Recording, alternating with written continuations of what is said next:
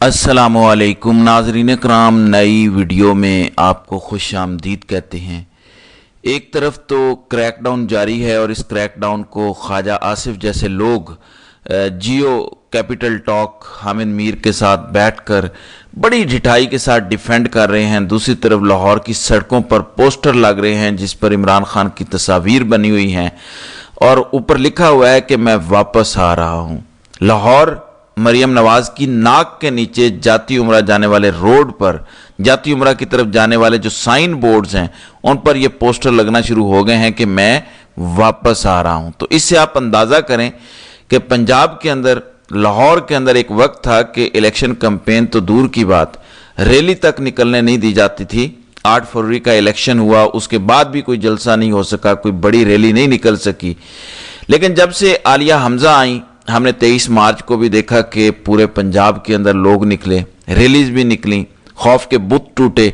और उसके बाद आलिया हमजा ने कहा कि खबरदार कोई टिकट होल्डर, कोई एमपीए, कोई एमएनए नहीं, अगर वो बाहर नहीं निकल सकता, अगर उसे कोई फर्क नहीं पड़ता कि जो कॉल दी हुई है वो डर जाए या वो घर में बैठे, तो फिर वो पीटीआई छोड़ दे। अगर उसने हमारा हुक्म नहीं मानना, हमारी बात नहीं माननी, गाइडलाइंस को फॉलो नहीं करना, फिर वो पीटीआई ही छोड़ दे। लिहाजा अब अगर बात पोस्टर लगने तक पहुंच गई है तो इसका मतलब यह है कि तख्ते लाहौर खतरे में है, क्योंकि डर ही तो है। और आपके पल्ले है क्या आप 11-12 करोड़ लोगों को मार देंगे? डर ही तो है, डराया ही तो हुआ है आपने, लोग सहमे हुए हैं, जो भी आपने किया एक फस्तायत है। लेकिन डर अब खत्म हो रहा है, अब तो पाकिस्तान के अंदर ये सब नॉर्मल है, यानी लोग एडजस्ट हो गए हैं इस एटमॉस्फेयर के अंदर। लिहाजा अब मरियम नवाज के लिए खतरे की घंटी है। दूसरी तरफ कल अलीमा खान, अज़मा खान और नौरीन नियाजी जीआईटी के सामने पेश हुई।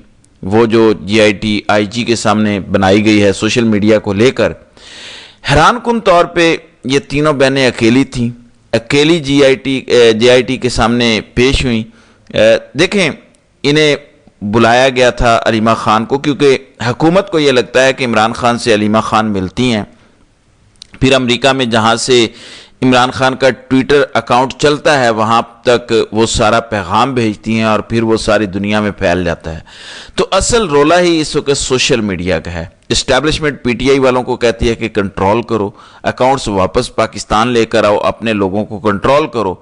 वो कहते हैं कि हमसे कंट्रोल नहीं होते, आपसे होते हैं तो आप कर लें। इसीलिए अभी जो मुलाकात हुई थी कल अडियाला के अंदर, तो अलीमा खान की मुलाकात नहीं होने दी गई, सिर्फ इसलिए कि खान का जो पैगाम होगा वो ट्विटर तक पहुंच जाएगा।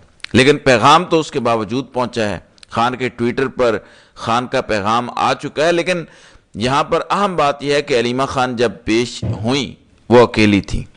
आप जब मखसूस नशिस्तों का केस कहा जा रहा था सुप्रीम कोर्ट के अंदर कि पीटीआई को सीटें मिलेंगी, और जाहिर है फिर उसके बाद फैसला भी आ गया कि मखसूस नशिस्तें पीटीआई की ही हैं। हमने देखा बेशुमार खवातीन सुप्रीम कोर्ट आती थीं, रैलीज निकाल देती थीं, अचानक खवातीन नज़र आना शुरू हो गई कि वो आ रही है, वो मार्च कर रही हैं, वो छोटी मोटी रैलीज निकाल रही हैं, 15-15, 20-20, 30-30, 50 खवातीन। उस वक्त शायद उन्हें यह लालच था कि हमें भी सीट मिल जाएगी। किसी ने कहा मैं जेल में रही हूँ तो मुझे सीट मिलेगी, किसी ने कहा कि मुझे मिलेगी, हम इतने एहतजाज के अंदर आई हैं। लिहाजा अब जब वो सीट वाला रोला ख़त्म हुआ कि सीटें तो नहीं मिल रही, लिहाजा अब कोई खातून उनके साथ खड़ी नहीं हुई और वो निकली ही नहीं है। अब इससे पहले कि मैं इमरान खान का पैगाम आपके सामने रखूं पीटीआई के अंदर, मैं आपको मुसलसल बताता आ रहा हूं, जितने मुंह उतनी बातें। कोई किसी की बात बर्दाश्त करने को तैयार नहीं, मानने को तैयार नहीं, बस फलां को निकाल दो, फलां को रख लो, यही तमाशा लगा हुआ है। कौमी असम्बली के अंदर ऊ कर दो, अर्दली के नारे लगा दो, इससे ज़्यादा कुछ नहीं है। असद कैसर सीनियर रहनुमा वो लंदन पहुंचे हुए हैं इसलिए कि क्योंकि उन्होंने अपना पूरा ख़ानदान शिफ्ट कर दिया है लंदन के अंदर और वो ईद मनाने के लिए लंदन चले गए हैं। बनता रहे इत्तेहाद, वापस आके इत्तेहाद होता रहेगा। ईद भी तो मनानी है ना, ठीक है, लीडर बैठा हुआ है जेल में तो बैठा रहे, अब ख़ानदान को छोड़ा तो नहीं जा सकता। यानी असद कैसर सीनियर रहनुमा, वो तहरीके अदम एतमाद जब पेश हुई थी तो खान ने कहा था कि डट जाओ असद कैसर। तो असद कैसर को फोन आया था किसी जगह से कि तुम्हारी टांगें तोड़ देंगे, तो असद कैसर इस्तीफा दे के साइड पे चले गए थे। उसके बाद भी असद कैसर किसी एहतजाज के अंदर तो शरीक नहीं होते और अब वो इंग्लैंड चले गए हैं, लंदन चले गए हैं। बहरहाल جتنے منہ اتنی باتیں۔ ایک تو سلمان اکرم راجہ نے جو وکیل فیصل چودھری کو نکالا ہے نا، اس پر آج پہلے وہ ٹویٹر پر پیغام دے رہے تھے، اب ٹی وی چینل پر آ کر انہوں نے کہا کہ میں بس کے نیچے آنے والا بندہ نہیں ہوں کہ میں بس کے نیچے آ جاؤں، بس الٹانے والا بندہ ہوں، جو بھی میرے خلاف بولے گا اسے کنفرنٹ کروں گا، چپ نہیں بیٹھوں گا۔ پھر دوسری طرف شیر افضل مروت باز نہیں آ رہے۔ شیر افضل مروت کبھی خواجہ آصف سے مل لیتے ہیں، کبھی کہیں گے نون لیگ کے ورکر بڑے اچھے ہیں، کبھی پیپلز پارٹی کی تعریف کریں گے، یعنی وہ اپنے لیے آپشنز دیکھ رہے ہیں، انہیں پتہ ہے کہ میری کہانی ختم ہے، اب آپشن دیکھوں، اور وہ اب کھل کر پی ٹی آئی کے خلاف بھی بات کرتے ہیں اور گنڈا پور کی ٹی سی کرنے کی بھی کوشش کرتے ہیں۔ رات وہ ندیم ملک کے پروگرام میں تھے سما نیوز پر، تو انہوں نے کہا کہ علی امین گنڈا پور علیمہ خان اور بشرا بی بی کی گڈ بک میں نہیں ہیں۔ علی امین گنڈا پور کے بغیر موجودہ قیادت کی اتنی اوقات ہی نہیں کہ وہ احتجاج کر سکے۔ انہوں نے کہا کہ گنڈا پور کے بغیر پی ٹی آئی کچھ بھی نہیں۔ لیکن شیر افضل مروت کو یہ بات بھی یاد رکھنا چاہیے کہ علی امین گنڈا پور پی ٹی آئی کے بغیر کچھ نہیں ہے۔ یہ تو کسی کی بھول ہوگی نا کہ میرے بغیر فلانا کچھ نہیں، میں نہیں ہوں گا تو یہ نہیں ہوگا۔